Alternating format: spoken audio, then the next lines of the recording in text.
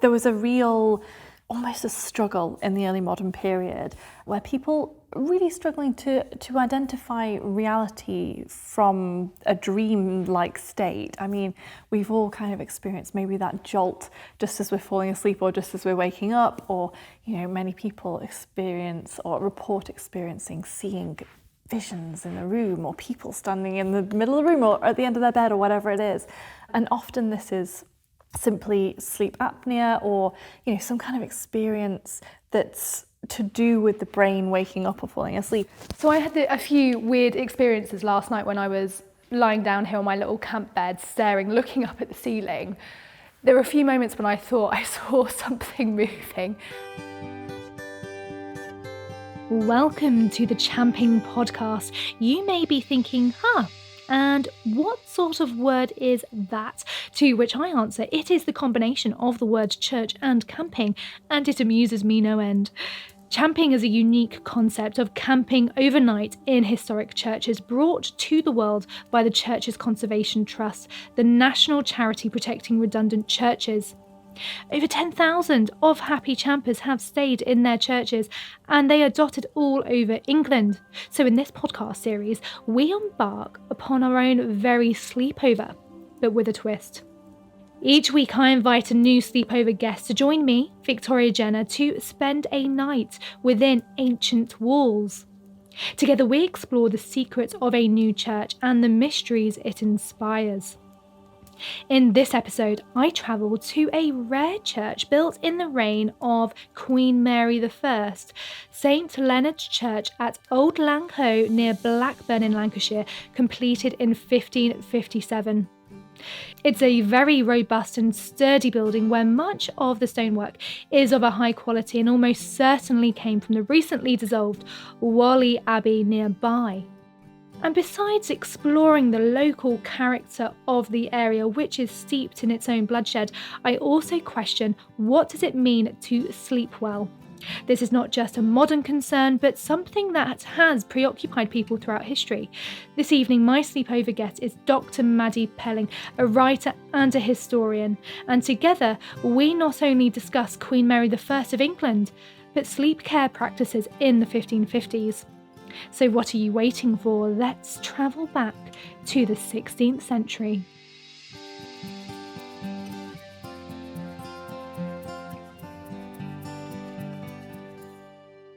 Professor Sasha Handley is the first person to question what it would have been like to sleep in the 16th century, and especially how it can help us sleep today in a world full of digital distraction. As I'll be visiting a very rare church built during the time of a female monarch's reign, Mary I, I wanted to understand a bit more about the community in Lancashire around this time. Hello, Sasha. Hi. Hello. Lovely to see you. Thank you so much for doing this for me. I know I've been badgering you for a while. That's all right. I'm sorry I'm so difficult to pin down these days. So, Sasha, you specialise in early modern social and cultural history in the British Isles, with a particular interest in histories of everyday healthcare, especially sleep practices, material culture, supernatural belief, especially relating to women's histories and the history of emotions. And this is really prevalent for our episode today. Could you tell us a bit more about your research? Yeah, so I started out doing my PhD on the history of ghost stories, and I got interested in the number of women who seemed to be the main narrators of these things, and sought to unpack some of the reasons why, and found that very often these reports were framed as narratives of protest against various kinds of abuse that was going on inside the household. So I became very interested in them from that perspective. But I guess in my journey through all of these ghost stories, the prevalence of beds and sleep just kind of leapt off the page. That's so interesting. And the fact that nightmares or supernatural phenomena or any sort of unsettling activity could be generated by something you've eaten or by a belief system whereby you haven't put something underneath your pillow. That's really, really fascinating.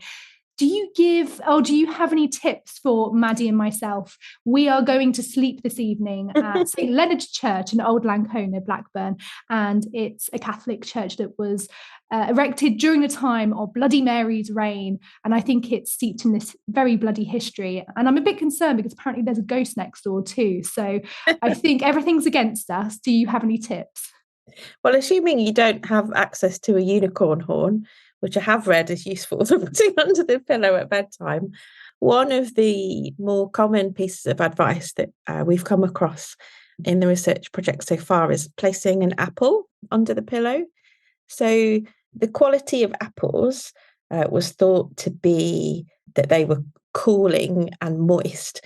And actually, those two qualities are the two most important things that any sleep-inducing ingredient can have in the kind of medical philosophies of the period. So you might find a lettuce leaf, it serves a similar purpose.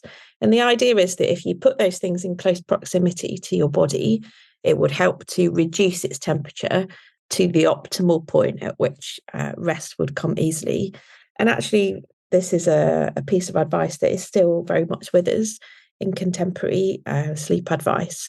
The idea is that your body actually needs to drop by a couple of degrees from its daytime activities before you become kind of ready to fall into a nice, comfortable sleep. So a lot of the sleep hygiene advice then and now is around the temperature of your body, but also the bed itself and your kind of immediate surroundings. So I'm guessing that if you're in church, it'll be nice and cool. So that should help. Absolutely. Although I will be sleeping on a camp bed, so I don't know how many apples I can put underneath my pillow. Well, you could also have a scented aroma of some kind. Rose petals are supposedly very good for inducing sleep.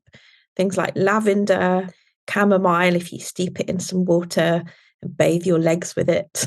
And I don't know how much of this is possible tonight. But these are all practices that we've come across that seem to be pretty widespread in our period of history. So it's perhaps a space that might have smelled rather different than what we're used to now. Absolutely. And it sounds lovely. It sounds a bit like a spa, actually, bringing rose petals, chamomile, lavender. I love going to sleep with some lavender spray on my pillow. So that's really interesting that idea has travelled through the centuries. And you might also want to make sure that you're not sleeping in the direct line of the moon's rays as well, because that's thought to flood the brain and bring on nightmares. So make sure you choose your spot in the church carefully. That is duly noted. Thank you so much, Sasha. I will see you soon. Thank you. Good luck.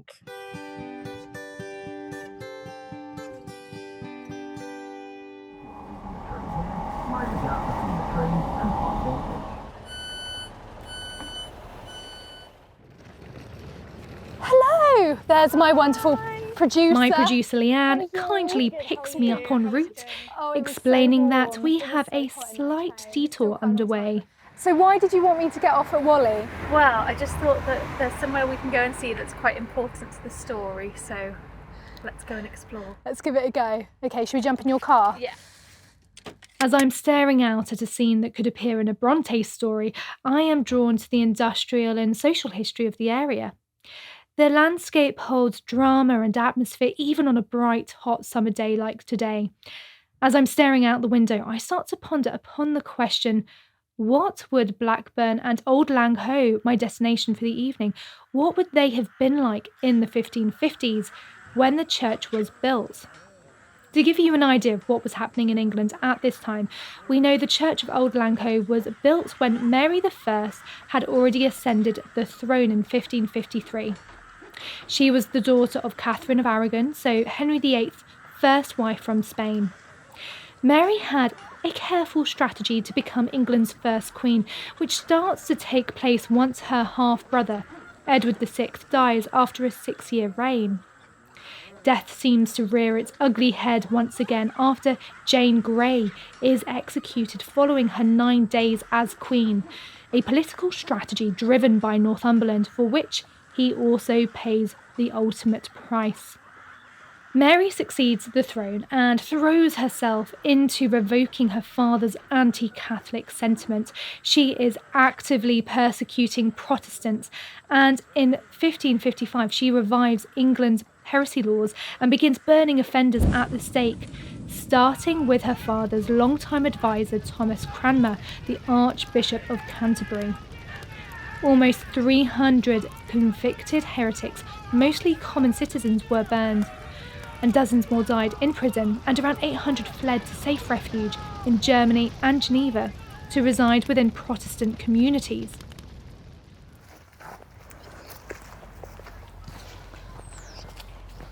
So we've just walked through the arched entrance on the northwest gatehouse at Whalley Abbey.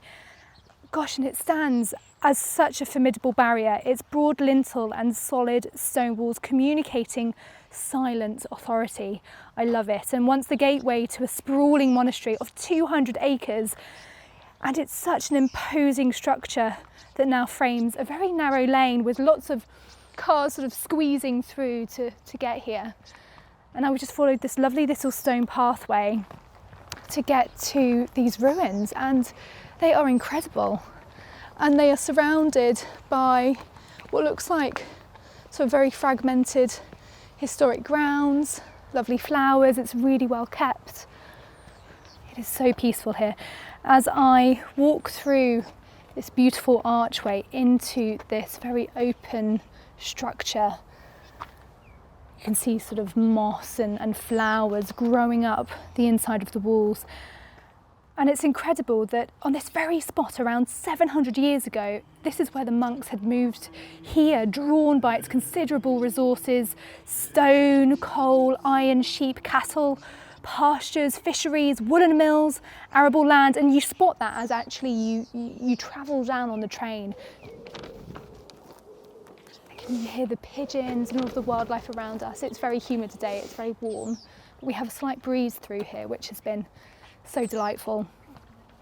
And so I'm marvelling at the old stone ruins around me, and many of which would have been transported from Abbey ruins and reinstalled 3 miles away in Old Langho, where we're going to go next.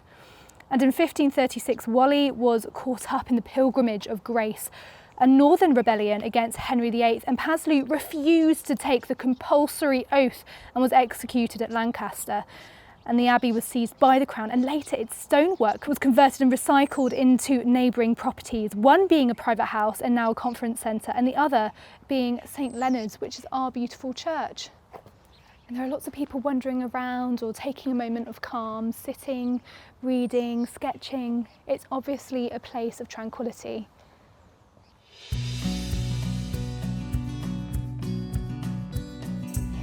So I'm just running up to platform 1 so I can catch the next train to Langho. Excuse me, hiya, is this going to Langho? I'm trying to think. Yeah, It goes in that direction. Thank you. Oh, thanks. Amazing.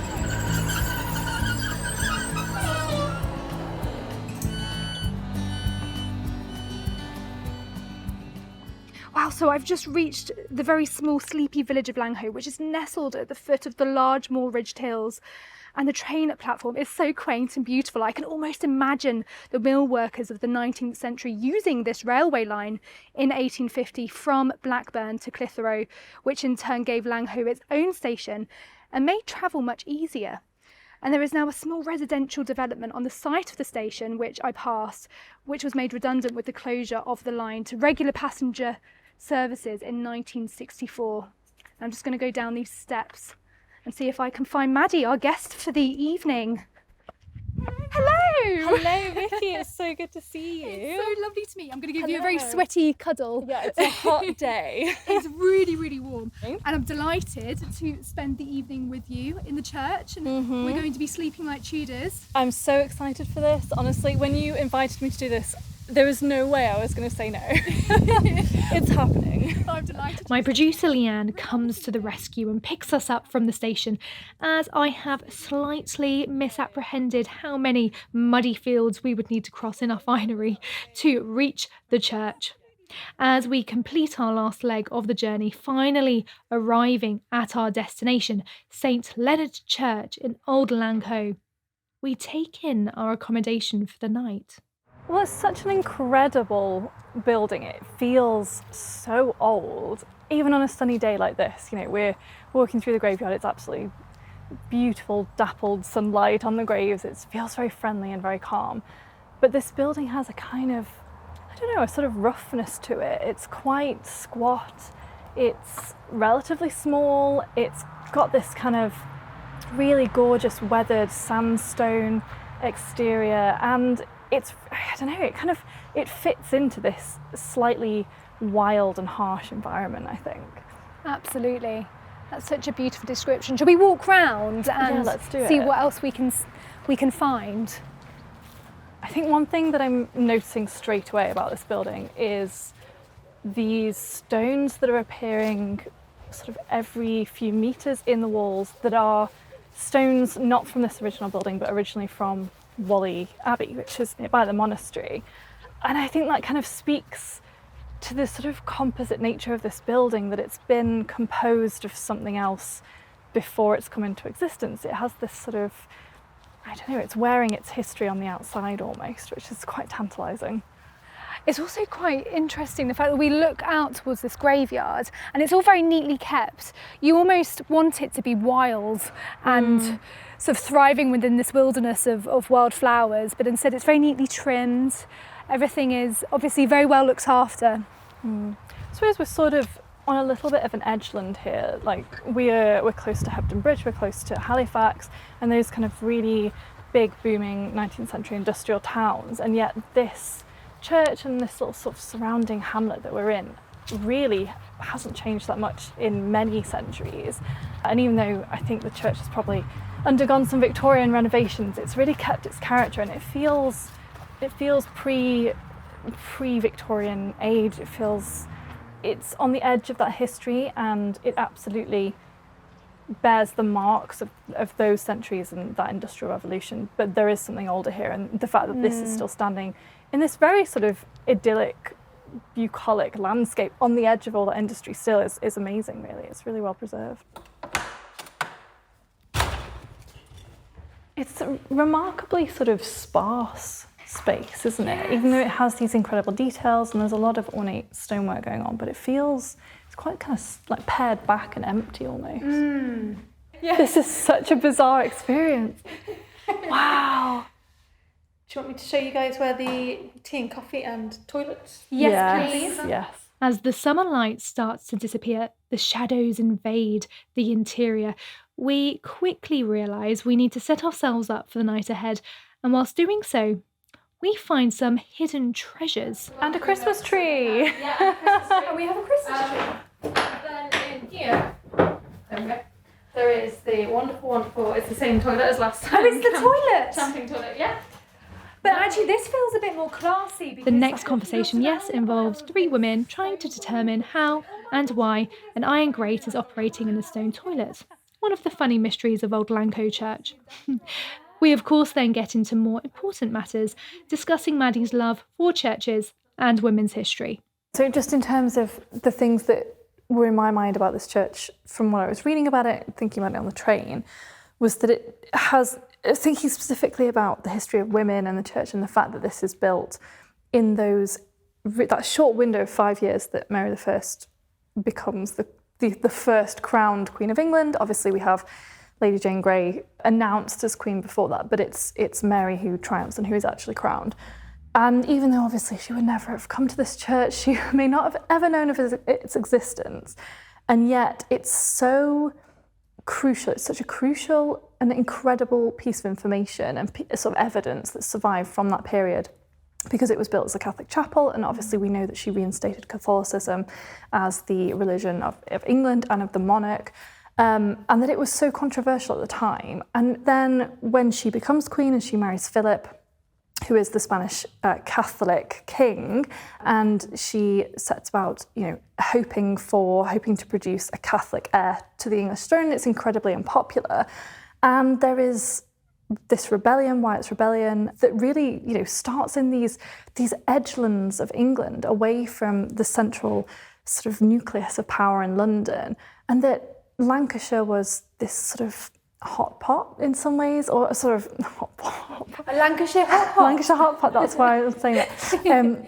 Lancashire was this real sort of hot spot for Catholicism, and the fact that it didn't go away when Whalley Monastery down the road was ripped apart and disillusioned and all of that undercurrent of Catholicism stayed. And at the first opportunity here, the people, when Catholicism is legitimised again by the Crown, they build the chapel almost straight away, as soon as Mary has come to the throne. And with these stones that inherently sort of cry out Catholicism as well. Exactly. So the fact that they're using these incredibly ornate cut stones, these huge windows here, which are kind of inappropriate for such a small squat building, they're clearly from a monastery, from a much grander structure.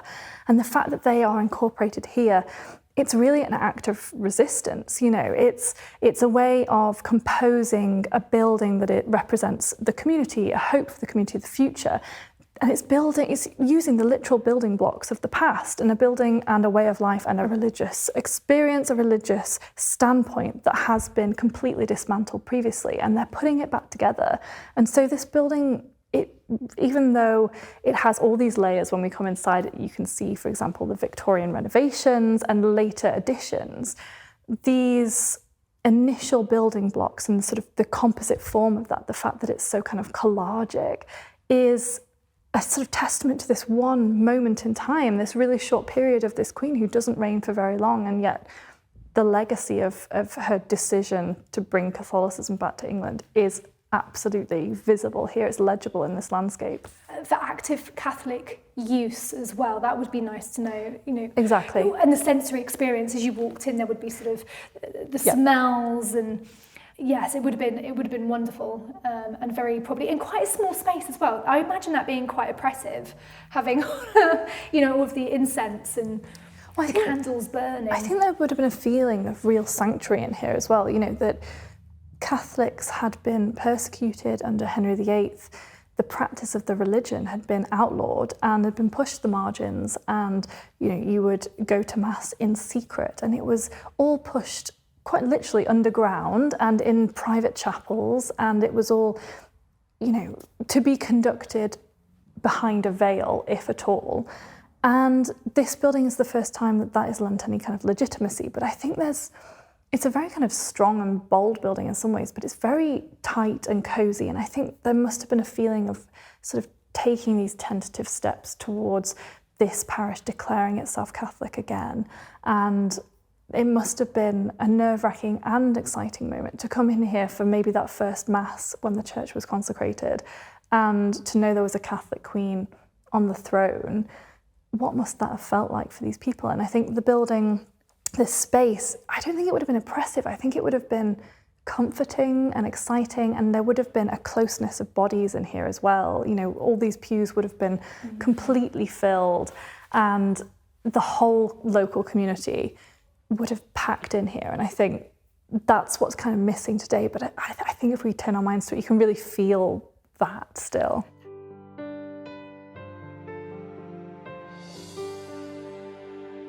After a full day of travelling and exploring, we are ravenous and pop right next door to the local pub, the Black Bull Inn. Yes, coincidentally sharing the name with the famous Bronte pub in Haworth. It is nestled in a very cosy fashion in the picturesque village of Old Langho. Like the church, it looks very sturdy and consists of a squat stone building that has been here since the 1500s. And after ordering a much-needed glass of wine, we find out more about the history of the old inn and its relationship with St Leonard's church next door. So we managed to grab 10 minutes with the inn's owner. She has long brunette hair, tied up in a ponytail and wearing a black shirt. She's very friendly and supportive.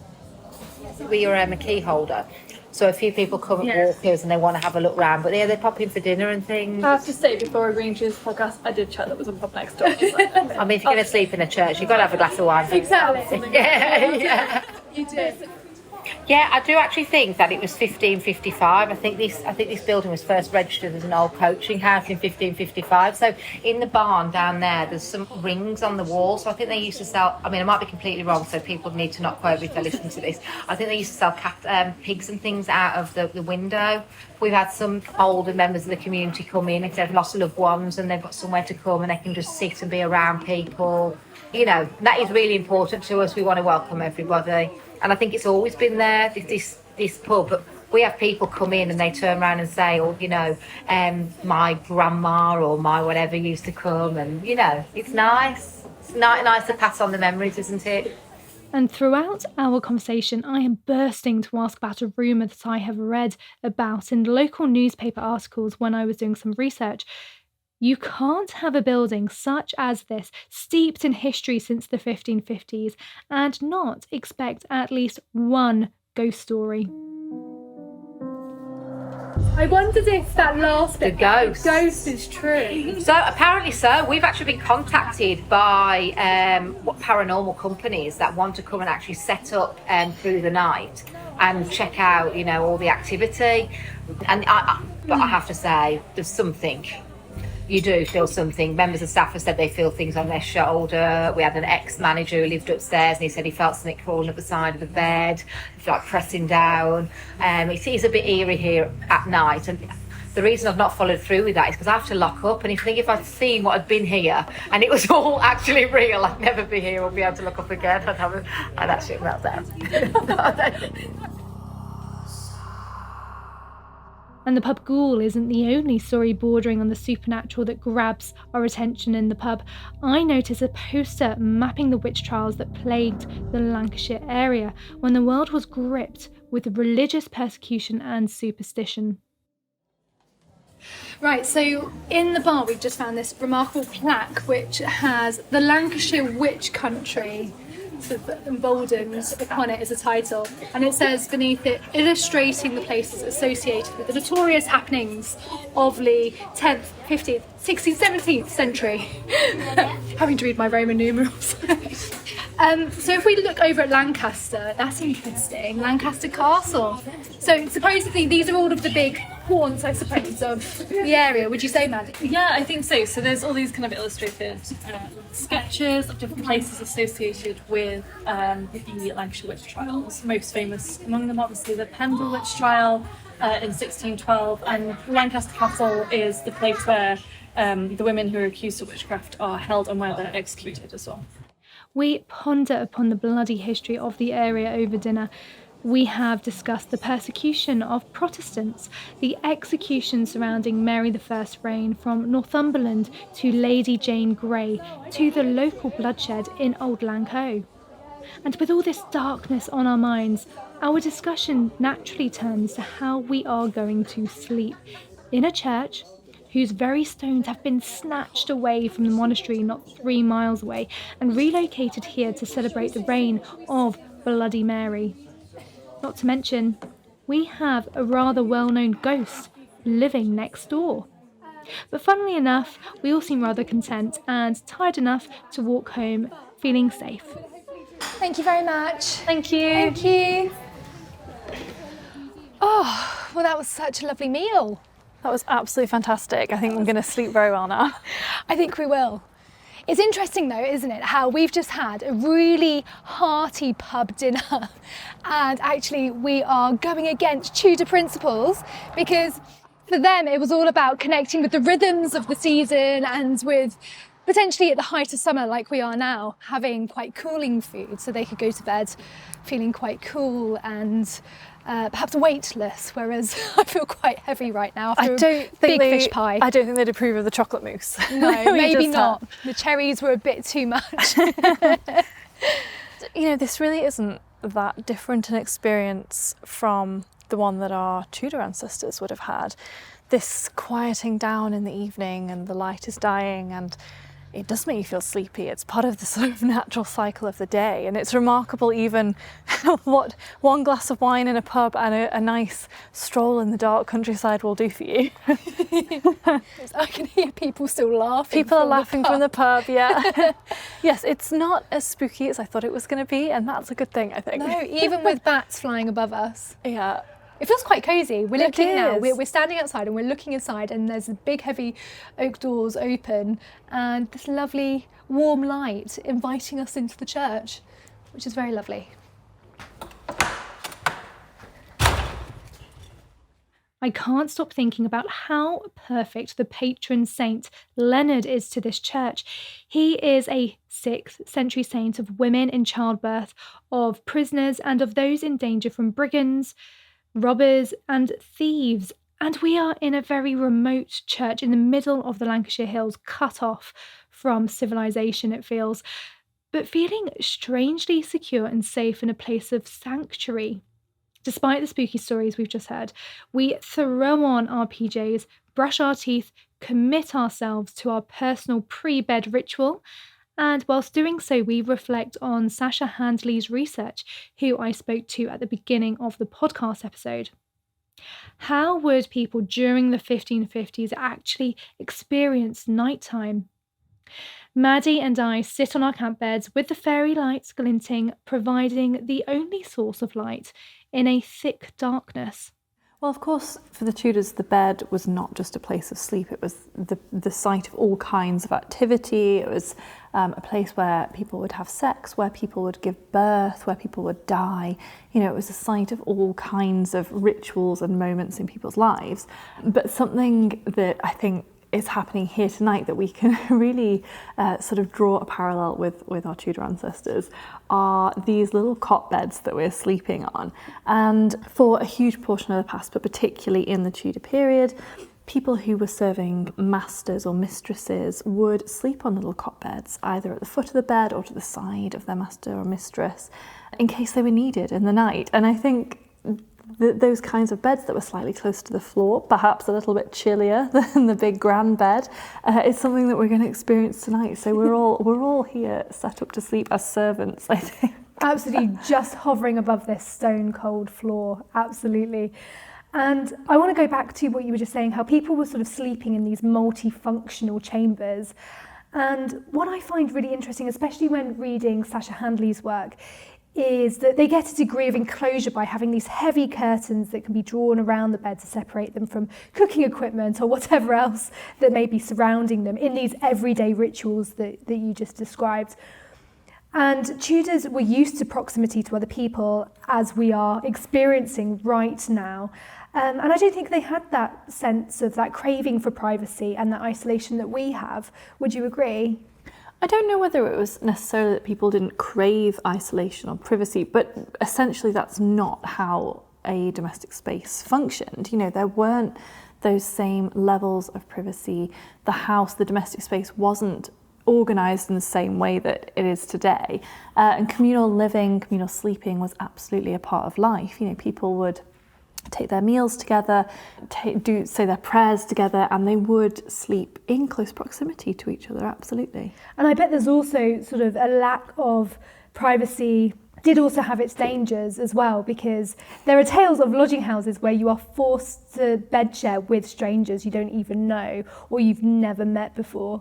And some people got robbed, some people were murdered by their bedfellows. You hear all of these awful stories. Luckily, or hopefully, nothing like that will happen this evening. Let's hope not. I think something that's so important to remember is, you know, we're sat here in this church now and we have 2 electric lights on. We have some lovely twinkling fairy lights and some electric sort of lamps and torches everywhere. But of course, for the Tudor sleepers, once they'd blown the final candle out and the embers of the fire had died, there would have been real darkness, and there would have been a sort of fear, I guess, that accompanied that the space that they were sleeping in, beyond the drawn curtains of their bed, was pretty much pitch black. And what was going on out there, and indeed what was going on in the bed next to them, would have been very hard to make out, really. So there was an element, I suppose, of the unknown and the unknowable at night time as well. So after that rather unsettling discussion, we turn off the lights and welcome the darkness of St. Leonard's. Good night, everybody. Good night. Sleep like a Tudor.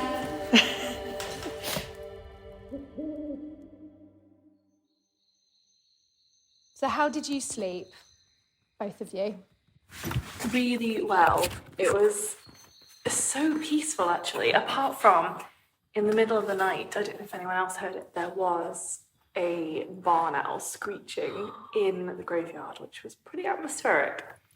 I'm convinced I could sleep through anything. There's a bit of a rainstorm as well at one point. Was there? Yeah, I wondered what that was. I kept sort of waking up intermittently with different noises. So yeah, the barn owl. I thought I also heard something in the roof. Yeah, well, we did see bats earlier in the evening, so it could have been that. Could be indeed. Yeah, but ultimately waking up and it looks quite nice outside. It's hard to say because the glass is quite dappled, but It was very nice. I'm very Tudor to wake up with the sun though this morning. Did you have any vivid dreams like a Tudor? Nothing too bad. No, I've slept pretty peacefully. Oh, that's good. I had a few little scary dreams, but I think that was following our conversation and a really big dinner. Yeah.